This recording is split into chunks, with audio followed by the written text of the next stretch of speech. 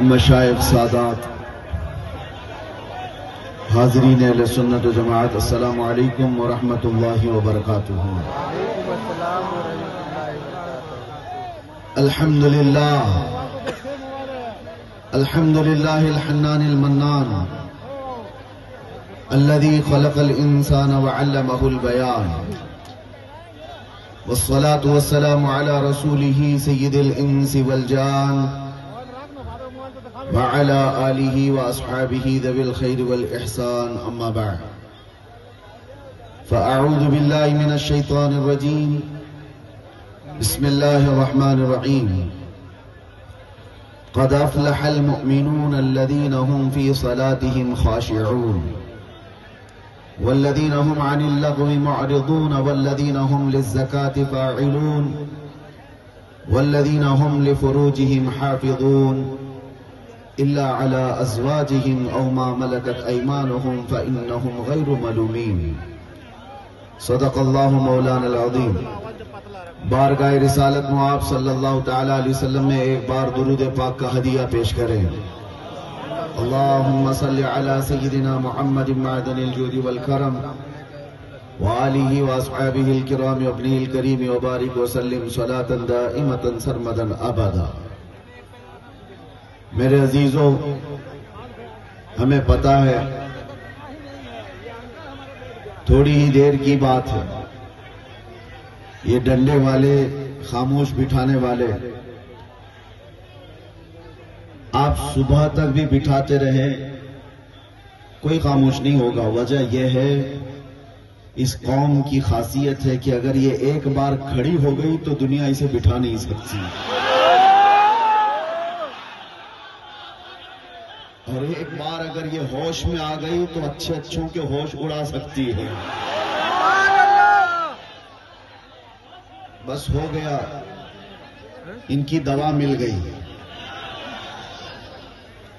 باقی جتنے بھی ڈنڈے ہوں، خاموش کرانے والی آوازیں ہوں، اس قوم کو ڈنڈوں سے کیا ڈر جو 1400 سال سے کربلا سنتی آ رہی ہو۔ اللہ تبارک و تعالیٰ جذبے جوان رکھے، جوانوں کے بھی اور بوڑھوں کے بھی۔ میرے عزیزوں، آپ تمامی حضرات جتنی دیر سے یہاں پر بیٹھے ہوئے ہیں،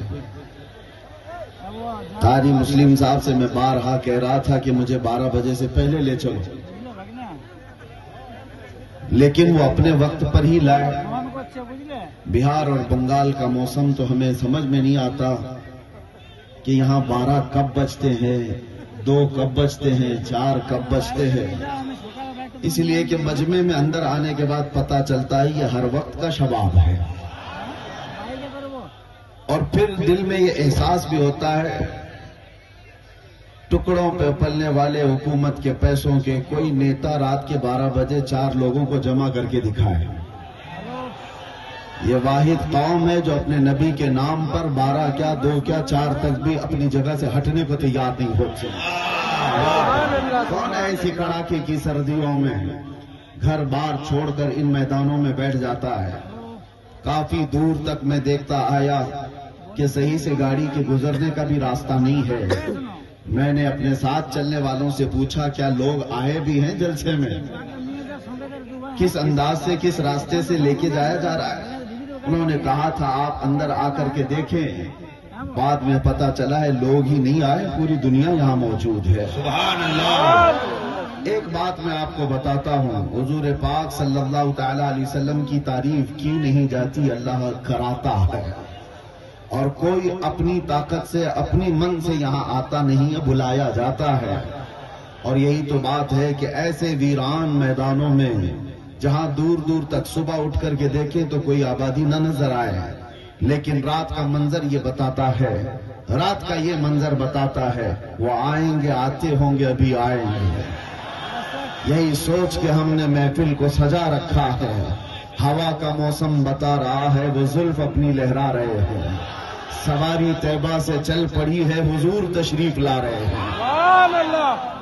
عزیزان گرامی وقار، اس رات میں یہاں پر جوانوں کا، بوڑھوں کا، بچوں کا جمع ہونا اور اتنی تعداد میں عورتوں کا آنا، اللہ تعالیٰ سلامت رکھے۔ میں پورنیہ اس لیے بھی آپ کے ہاں آیا، مجھے خبر کی گئی تھی کہ یہاں کا گھر گھر ایسا تھا، جب میں قید کی حالت میں تھا تو دعاؤں میں مصروف تھا، مسجدوں سے آوازیں آتی تھی، عورتیں وہ تھی جو روزے میں تھی، منتیں کی ہوئی تھی۔ میرے عزیزوں، یہ حق بنتا ہے میں تو پیدل چل کر کے آؤں آپ کے پاس، آپ کی دعاؤں کا ثمرہ ہے جو آج اللہ تعالیٰ نے آپ کے سامنے مجھے اسی طرح سے رکھا ہے۔ ظالموں نے تو یہ سوچ لیا تھا کہ اس کا گلا دبا دیا گیا ہے، محمد عربی کے شعر کو کبھی دبایا نہیں جا سکتا۔ عزیزان گرامی وقار، حالات آئیں گے اور اس طرح کی اور بھی باتیں آتی جائیں گی، اور آپ کیا سمجھتے ہیں دین محمدی صلی اللہ تعالیٰ علیہ وسلم کا یہ جذبہ دینے کے لیے میں ممبئی سے چل کر بنگال کی سرزمین پر آیا ہوں، تو کیا یہ پورے راستے پر صرف تنہا میری ایک ہی آواز ہے؟ نہیں، یہ آواز اگر دبا دی گئی، ختم کر دی گئی تو کوئی فکر کی بات نہیں، کوئی فکر کی بات نہیں۔ ہم تو یہ سنتے آ رہے ہیں، اسلام زندہ ہوتا ہے ہر کربلا کے بعد۔ ہم جائیں گے، ہماری جگہ اور 10 کھڑے ہو جائیں گے، تم ایک چراغ بجھاؤ گے، رب تعالیٰ 70 چراغ اور روشن فرمائے گا۔ آپ کے گھر سے سلمان پیدا ہوگا، ہر گھر سے، ہر علاقے سے کوئی خادم حسین پیدا ہوگا۔ یہ دین کا نظام ہے، دین کا نظام ہے، اور جو عزتیں ملتی ہیں وہ حضور پاک صلی اللہ تعالیٰ علیہ وسلم کے ناموس کی خاطر ملتی ہیں۔ خیر، میں قرآن عظیم کی آیتیں آپ کے سامنے تلاوت کیا۔ رب تبارک و تعالیٰ فرماتا ہے قد افلح المؤمنون، ایمان والے ہی کامیاب۔ مومنوں کے متعلق فرمایا گیا ایمان والے کامیاب ہو چکے، قرآن میں یہ نہیں کہا گیا کہ کامیاب ہوں گے۔ یہ جو آیت میں نے پڑھی ہے قد افلح المؤمنون، کامیاب ہو چکے، ایمان والے کامیاب ہو چکے۔ بس اتنے ہی جملے پر اگر آپ توجہ دے دیں تو دنیا جس طرف تمہیں کامیابی کا نعرہ دے کر بلا رہی ہے اس طرف تمہاری نگاہیں بھی نہیں اٹھیں گی۔ رب تمہارا فرما رہا ہے ایمان والے کامیاب ہیں، اور تمہیں فخر ہونا چاہیے، تمہارے پاس ایمان کی دولت جب تک ہے اس بات پر فخر کرتے رہو، اگرچہ رہنے کو چھت نہیں مگر مولا نے ایمان دیا، اگرچہ پہننے کو کپڑے ڈھنگ کے نہیں ہیں لیکن اللہ نے ایمان دیا ہے، اس لیے کہ ایمان کی دولت ہی وہ ہے جو صحرا سے نکل کر کے روما کے تخت کو پلٹ دیا گیا تھا۔ آپ کو پتا ہے وہ 313 نہتے صحابہ جن کے پیروں میں چپل نہیں، پیبند لگے کپڑے ہیں، ایک کھجور کی گٹلی پر 10 لوگ فاقہ کر لیتے تھے، لیکن جب وہ نکلتے تھے تو کیسر و کسرا بھی کانپتے تھے۔ وہ ایمان کی دولت تھی جو حکومتیں سرنگو ہوتے چلی گئی ان کے سامنے۔ آج بھی ڈر ہے تو تمہاری ٹوپیوں سے نہیں، قوم کو ڈر ہے تو وہ داڑیوں سے نہیں، صرف اور صرف تمہاری شکلوں سے نہیں، جس دنیا کو ڈر ہے وہ تمہارے اندر موجود ایمان کی دولت سے۔ آپ کو پتا ہے، ویسے میں آپ کو بتاؤں، چہرے دکھنے والے سفید لباس کے اونچے پاجامے اور لمبے کرتے بہت ساری تعداد میں دکھتے ہیں، لیکن ان سے کسی کو خوف ہی نہیں ہے، ڈر ہی نہیں ہے۔ اسرائیل جیسا ملک بھی کہتا ہے اس جماعت سے ہم کو کوئی ضرر نہیں، یہ چلے میں جائے، چھٹی میں جائے، کہیں پر بھی جائے، لوٹے لے کر جائے، کہیں پر بھی جائے، یہ جماعت سے ان کو کوئی ڈر نہیں، بے ضرر جماعت ہے۔ پتہ یہ چلا کہ ڈر کس سے ہے پھر؟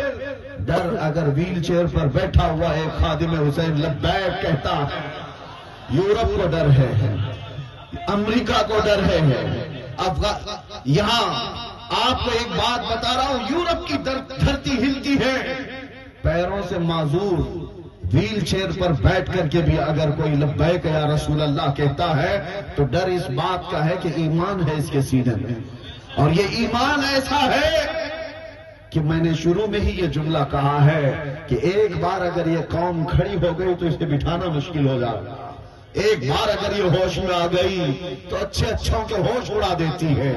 اسی لیے دنیا نے تم پر کروڑوں ڈالر خرچہ کیے کہ ان کو نشہ میں مدہوش رکھو۔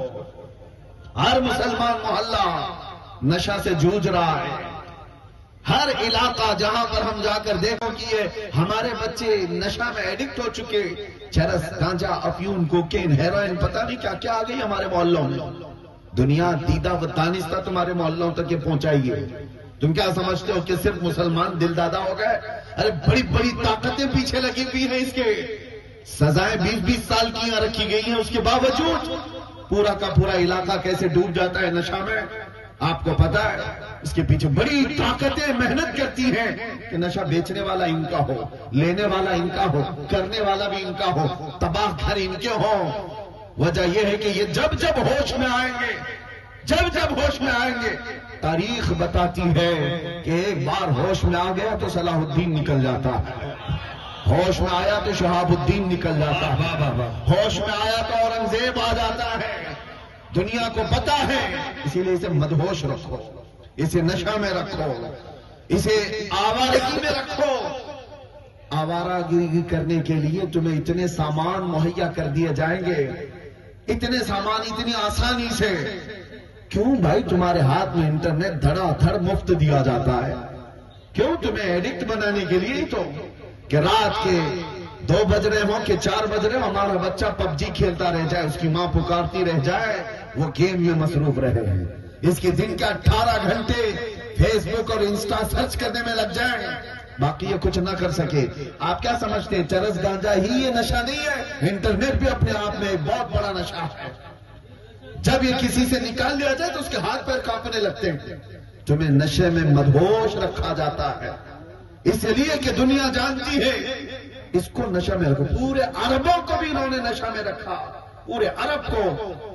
لیکن میرے عزیزو، مجھے فخر ہے اس بات کا کہ نشہ میں آدمی جتنا بھی آ جائے، نشہ میں جتنا بھی آ جائے، اگر آدمی بے ہوش ہوتا ہے نا، اس کو چونٹی کاٹو، اس کو کینچی مارو، اس کو بلیڈ مارو تو اس کے ہاتھ پیر نہیں ہلتے، پورا اگر سن ہو گیا، بے ہوش ہو گیا۔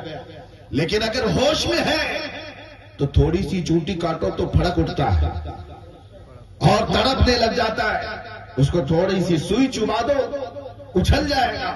ہوش میں ہو تو دنیا جب کبھی اس قوم مسلم کو بے ہوش کرتی ہے تو آزما کے دیکھتی ہے ایک بار کہ پورا بے ہوش ہوئے کہ نہیں ہوئے، اور آزمانے کا طریقہ ان کا یہ ہے کہ تمہیں چاقو چھری مار کر کے نہیں دیکھا جاتا، ایک بار رسول اللہ کی گستاخی کر کے دیکھی جاتی ہے، کسی ظالم کتے کو کھڑا کیا جاتا ہے بھونکنے کے لیے، نبی آخر الزمان صلی اللہ علیہ وسلم کی شان میں بھونکو، اس کو فنڈنگ کی جاتی ہے، اس کو حکومت کی پہرے داری دی جاتی ہے، سب کچھ، اور وہ بھونکتا ہے کہیں بیٹھ کر کے، اور پھر دیکھا جاتا ہے امت محمدیہ کو کہ یہ پوری بے ہوش ہوئی کہ نہیں ہوئی، پوری بے ہوش ہو گئی یا نہیں ہوئی، یہ آزمانے کے لیے کھڑا کیا جاتا ہے ہر دور میں۔ عربوں کو انہوں نے دیکھا بے ہوش ہو گئے، یہ کہیں کچھ کرنے والے نہیں، اس لیے ان کے سروں پر آ کر بیٹھ گئے۔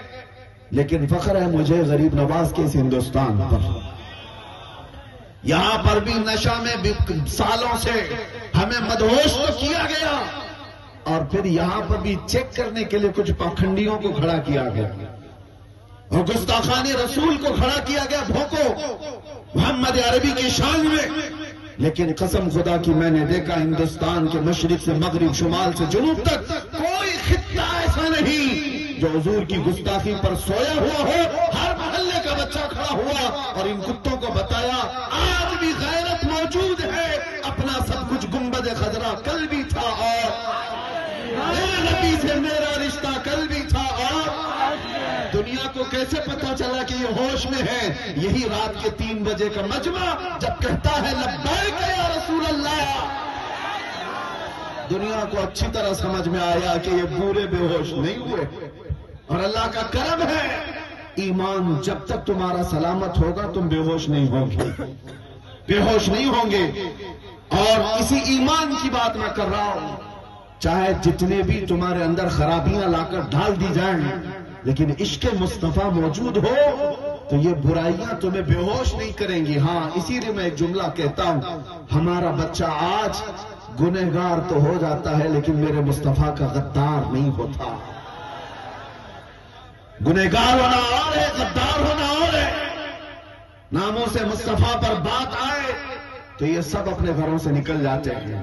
ناموں سے مصطفیٰ پر بات آئے تو پھر یہ نہیں دیکھتے کہ میرے لیے آس پاس کیا معاملات ہیں. یہی ایمان کی علامت ہے جو آج موجود ہے. ابھی میں اگر آپ سے کہوں اشہد ان محمد رسول اللہ صلی اللہ علیہ وسلم، میں نے نام لیا میرے نبی کا، تم نے انگوٹھے چومے اور لگائے کیوں؟ اپنے لبوں سے انگوٹھا چوما اور آنکھوں سے لگایا. میں نے کہا تو نہیں کسی کو، میں نام لیتا ہوں آپ کے ہاتھ خود بخود اٹھتے ہیں. نام میں یہ اثر ہے محمد رسول اللہ صلی اللہ علیہ وسلم. یہ نام جب لیا جاتا ہے، اور غور سے دیکھنا یہ صرف سنیوں کے ہاتھ اٹھتے ہیں، انگوٹھے سب کے نہیں اٹھتے، سنیوں کے اٹھتے ہیں. وہ چاہے کسی بھی حالت میں بیٹھا ہو، ارے پان کھا رہا ہو، کچھ بھی کر رہا ہو، نام آیا تو انگوٹھوں کو بوسا لیا اور پھر آنکھوں سے لگایا. یہ اس بات کی علامت ہے تمہیں چومنے کے لیے آرڈر دینے کی ضرورت نہیں. اندر جو موجود عشق ہے وہ بے اختیار انگوٹھے اٹھا دیتا. اندر جو محبت ہے وہ علامت میں بتا رہا ہوں، علامت میں بتا رہا ہوں. کون کہتا ہے یہ مری ہوئی قوم ہے؟ کون کہتا ہے ہماری اس قوم کو بول بول بول کر کے نروس کر دیا گیا کہ مری ہوئی قوم ہے، بکھری ہوئی قوم ہے، ٹوٹی ہوئی قوم ہے؟ ارے میں اس لیے آتا بھی ہوں، اگر مری ہوئی ٹوٹی ہوئی بکھری ہوئی قوم ہے تو ہمارا ہی نام پورے الیکشن میں چلتا کیوں ہے؟ کیا بات، سارے مدعے تو ہمارے ہیں. اور دجالی میڈیا کو ہمارے بغیر تو دکان بھی نہیں چل سکتی، ہمارے نام کے بغیر تو دکان بھی نہیں چلتی. 24 گھنٹے میں آپ دیکھو کسی کو بھی کھولو، ارے وہاں داڑھی تو دکھی جائے گی، ٹاپک تو کوئی ٹوپی دکھی جائے، کسی کا برقع دکھ جائے، کبھی مسجد کے مینار و منبر قرآن کی آیتیں، کل ملا کر کے گرم کرنے کے لیے. بلکہ حد تو یہ ہے کسی چلتے پھرتے نیتا کو جو کوئی پوچھتا ہی نہیں، فیم لینا ہے، مشہور ہونا ہے، تو اسے ہمارے خلاف بھونکنا پڑتا ہے، ہمیں گالیاں دینی پڑتی ہیں. اسلام کو، قرآن کو جب بھونکتا ہے تو مشہور ہونے کی کوشش کرتا ہے. میں سوچتا ہوں ارے تیرے پاس کچھ تھا نہیں جو بول کے مشہور ہوتا، تجھے مشہور ہونے کے لیے بھی میرے دین کا سہارا لینا پڑتا ہے. حضور کی ذات پر بھونکتا ہے اور ولن بننے کی کوشش کرتا ہے. لیکن ایک بات میں آپ کو بتا دوں، اس فیم میں اور اس فیم میں بڑا فرق ہے.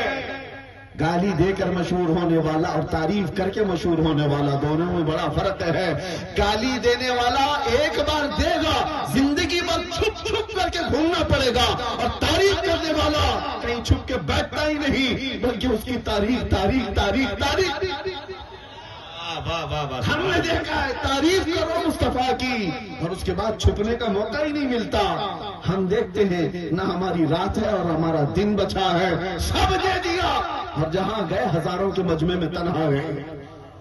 وجہ کیا ہے؟ فرق ہے، یہی فرق ہے. آج سے میں کہتا ہوں جو ایمان کی دولت تمہارے پاس باقی ہے اس کو میں بتانا چاہتا ہوں. مرے نہیں ہو، باقی ہو تبھی تو ذکر چل رہا ہے. ہمارا وجود ہے تبھی تو ہم گنائے جا رہے ہیں. اور وہ بھی چھوٹے موٹے لوگ تھوڑی نہ ہم کو گن رہے، بڑے بڑے لوگ گن رہے ہیں، بڑے بڑے لوگ ان کو شمار کرتے ہیں. میں کبھی کبھار سوچتا ہوں کہ بہت چھوٹے چھوٹے سے بچے بنگال کے آئے ہیں تو جگہ جگہ ان کے ساتھ مار پیٹ، ان کو بھگانے کی کوششیں کئی علاقوں میں دکھتی. وجہ یہ ہے کہ بہاری ہونا یا بنگالی ہونا مسئلہ نہیں ہے، مسئلہ اس کا مسلمان ہونا ہے. لوگوں کو یہ تکلیف کہ یہ مسلمان ہے، اس کو رہنے نہ دیا جائے. یہ سارے معاملات تمہیں جگانے کے لیے ہیں. دنیا یہ بتا رہی ہے کہ آج بھی ہم تم کو شیر ہی سمجھتے ہیں. ڈر کس سے لگتا ہے؟ ڈر کس سے لگتا ہے؟ ہاں، کتوں کو ہمیشہ شیر سے ڈر لگتا ہے. بتایا یہ جاتا ہے آج بھی ہم ڈرو مت، ہماری تقریر میں گھوم پھر کے کتا آ ہی جاتا ہے. نعرہ تکبیر، نعرہ رسالت، مسلک اعلی حضرت، شیر ہندوستان. میرے عزیزوں، آپ کو جو ڈرا رہا ہے یہ کہہ کر کے بکھری ہوئی ٹوٹی ہوئی قوم ہے، ان کی طرف توجہ مت کرو۔ معلوم نبی پاک صلی اللہ تعالی علیہ وسلم پر مر مٹنے کا جذبہ جب تک تمہارے اندر سلامت رہے گا، جب تک باقی رہے گا، خدا کی قسم کبھی تمہیں روئے زمین سے پوری طرح مٹایا نہیں جا سکے گا، کبھی نہیں۔ ہاں ایک بات ہے، اس قوم کو مٹنا ہی چاہیے جو اپنے نبی کی عزت کے لیے سیریس نہیں، جو حساس نہیں، اس قوم کو تو جانا ہی چاہیے، چاہے وہ عالم کے لباس میں ہو، مفتی کے لباس میں ہو، پیر کے لباس میں ہو، جو اپنے نبی کی عزت کے لیے حساس نہیں، اسے اس زمین پہ جینے کا حق کیا ہے؟ امام مالک رضی اللہ تعالیٰ عنہ فرماتے ہیں، آپ سے پوچھا گیا حضور پاک کی شان میں گستاخیاں ہونے لگے، گالیاں دی جانے لگے اور امت خاموش بیٹھی رہے تو کیا ہوگا؟ امام مالک فرماتے ہیں، وہ فرماتے ہیں ان قریب زمین پھٹ جانی چاہیے اور اس امت کو دھس جانا چاہیے، اس کو کیا جینے گا؟ ہاں جو حساس ہے، آج بھی حساس ہے۔ میں یہ نہیں کہتا کہ سب کو میری طرح سے جو میں بول رہا ہوں سب کو یہی کرنا چاہیے، سب کے اپنے اپنے منصب ہیں، ہر امام دفاع کرتا ہے ناموس رسالت کا۔ یہ جتنے علماء بیٹھے ہیں کوئی یہ نہ سمجھے کہ سب خاموش ہیں، ان کو جہاں موقع ملا، جیسا موقع ملا، عظمت رسالت کا دفاع یہ کرتے ہیں۔ میں سب پیروں کی بات نہیں کر رہا، سب علماء کی بات نہیں کر رہا، یہ ایک ایک سال نہیں 10 سال مسلح سنبھال کر قوم کے دلوں میں جو عظمت مصطفیٰ ڈالتے رہتے ہیں، حساس بناتے ہیں، یہ بھی تو دفاع ناموس رسالت ہے، اور یہ جب تک کرتے رہیں گے اور آپ جب تک بیدار رہیں گے، اللہ کی قسم پوری طرح سے روئے زمین سے نہیں مٹایا جا سکتا۔ یہ تاریخ کی سچائیاں ہیں، تاریخ کی سچائیاں ہیں۔ میں دیکھ رہا ہوں بدر ہو گئی، احد ہو گئی، خندق ہو گئی، خیبر ہو گئی، کتنی جنگیں ہو گئی، اور طاقتیں ایسی کہ ایک بار صلاح الدین صرف 12,000 کا لشکر لے کر کے آیا اور مقابل میں 4 لاکھ سلیبی تھی۔ 12,000 کا مقابلہ 4 لاکھ سے کیا ہو سکتا ہے؟ لیکن پھر بھی صلاح الدین کے جوانوں نے لڑائی لڑی، اور تاریخ لکھنے والے جو آج بھی موجود ہیں، مورخ و انگریز ہیں، وہ لکھتے ہیں 12,000 کی فوج نے 4 لاکھ کے تتر بتر کر دیے تھے، تاریخ میں موجود ہے۔ وجہ یہ ہے کہ صلاح الدین نے زنانہ لوگوں کو جمع نہیں کیا تھا، عاشقان مصطفیٰ کو جمع کیا تھا۔ یہ بات ہے یا رسول اللہ، ماشاءاللہ۔ ایمان ہو تو کامیابی ہے، ایمان نہیں ہے تو ہر جگہ سودے بازی کرتا ہے۔ ایمان نہ ہو تو آدمی کہاں کہاں سودے بازی کرتا ہے۔ آپ کو پتا ہے، میں کبھی کبھار سخت جملے بولتا ہوں کچھ لوگوں کو جو سیاست میں چلے گئے، پولیٹکس میں چلے گئے، ان کو برے لگتے ہیں، لیکن جنہوں نے اپنا دین دھرم سب بیچ دیا، اب تمہیں برا کیا لگنا ہے؟ برا کیا لگنا ہے؟ وہ کہاں کہاں نہیں سمجھوتا کر جاتا جس کا ایمان ہے۔ ارے وہ بیوی میں بھی، ماں میں بھی، بیٹی میں بھی سمجھوتا کر سکتا ہے۔ ایمان نہ ہو تو وہ دین کا سمجھوتا سب کر لیتا ہے۔ میں نے دیکھا ہے، اس لیے میں آپ کے سامنے کہہ رہا ہوں، کچھ ان لوگوں کو میرے 18 سے 22 دن تک اس راستے میں گزرے تھے انویسٹیگیشن کے دوران، ہم نے دیکھا کتنے ایسے لوگ ہیں جن سے یہ لوگ رابطہ کرتے ہیں، انویسٹیگیشن آفیسرز، اور پوچھتے ہیں، بعد میں پتا چلتا ہے ارے یہ تو بڑے پیر مغاں ہیں جن سے پوچھ رہے ہیں، یہ تو پیر صاحب ہے، اور ایسا سمجھوتا کیے ہوئے کہ اپنے قوم کی مخبری کر رہا ہے، قوم کے اندر کی باریک باتوں کو یہاں لا کر کے بتاتا ہے۔ آنکھیں پھٹی رہے گی، ہم پہلے یہ نہیں جانتے تھے۔ ایمان نہ ہو تو آدمی ہر چیز کا سودا کرتا ہے، اللہ اللہ، اور ایمان ہو تو بال کا بھی سودا نہیں کرتا۔ سبحان اللہ۔ ایمان ہو تو میرے نبی پاک صلی اللہ تعالیٰ علیہ وسلم کی عظمت اور عزت تو بہت دور کی بات ہے، آپ کے منہ مبارک کے لیے جان بھی قربان کر سکتا ہے، ایمان ہو۔ باقی ایمان نہ ہو تو مسجدوں کے سودے کرنے والے دیکھے ہم نے، خانقاہوں کے سودے کرنے والے دیکھے ہم نے، کتابوں کے سودے کرنے والے دیکھے ہم نے۔ کچھ تو وہ بھی آئے جو یہ کہنے لگے کچھ وہ حدیثیں چھپا دی جائیں، کچھ وہ آیتیں قرآن کی چھپا دی جائیں جس میں جہاد کا ذکر ملتا ہے۔ کون سی سودے بازی کر رہے ہو؟ ایمان غارت ہو گیا، ایمان چلا گیا۔ ان کو یہ چاہیے کہ دوسروں کو راضی کرنے کے لیے آیتیں چھپا دو، حدیثیں چھپا دو، اور چھپا نہیں سکتے تو کم از کم اس ٹاپک پہ مت بولو. یہ بھی ہمارے پاس آئے، یہ بھی ہمارے پاس آئے. میں ان سے کہتا ہوں ان آیتوں کو نکال دو گے یا ان حدیثوں کو نکال دو گے، مطلب نہیں سمجھتے ہو تم ہمارے نبی کی آدھی سیرت ختم کرنا چاہتے ہو. مرید ہونا چاہتے ہیں ان کے لیے ایک ہی بات ہے، ہم صرف ناموس رسالت پر مرید کرتے ہیں. جو حضور پاک صلی اللہ تعالی علیہ وسلم کی عزت کے لیے حساس ہو وہ مرید کہلاتا ہے، اور جو سیریس نہیں ہے وہ کون سا مرید ہے؟ وہ چاہے کسی کا دامن پکڑ لے، ہاتھ میں ہاتھ دے دے، وہ مرید نہیں ہے. اس لیے وعدہ کرو کہ حضور پاک کی عزت کے لیے ہم زندگی پر حساس رہیں گے انشاءاللہ. اور جو آلریڈی کسی سے بیعت ہیں وہ توبہ کرنے کی نیت سے میرے ساتھ مل کر پڑھ سکتے ہیں. پڑھیں بسم اللہ الرحمن الرحیم. لا الہ الا اللہ محمد رسول اللہ صلی اللہ علیہ وسلم. رضیت باللہ ربا وبمحمد صلی اللہ علیہ وسلم رسول النبی وبالاسلام دینا وبالقرآن کتابا وبالکعبۃ قبلہ. الہی میں نے توبہ کی اپنے پچھلے تمام گناہوں سے. عہد کرتا ہوں شریعت مصطفیٰ پر قائم رہوں گا. ہر فرض ہر واجب کو ان کے وقتوں پر ادا کرتا رہوں گا. ہر برائی سے بچتا رہوں گا. الہی میں وعدہ کرتا ہوں اہل سنت و جماعت کے سچے مذہب پر قائم رہوں گا. میں داخل ہوا سلسلہ عالیہ قادریہ میں. الہی مجھے غوث پاک کے مریدوں میں قبول فرما. قیامت کے دن ان کی جماعت میں حشر فرما. میں نے اپنی جان، اپنا مال، اپنا سب کچھ اللہ اور اس کے رسول کے لیے بیچ دیا. میں نے اپنی گردن ناموس رسالت کی حفاظت کے لیے وقف کیا. ان اللہ اشتری من المؤمنین انفسهم واموالهم بان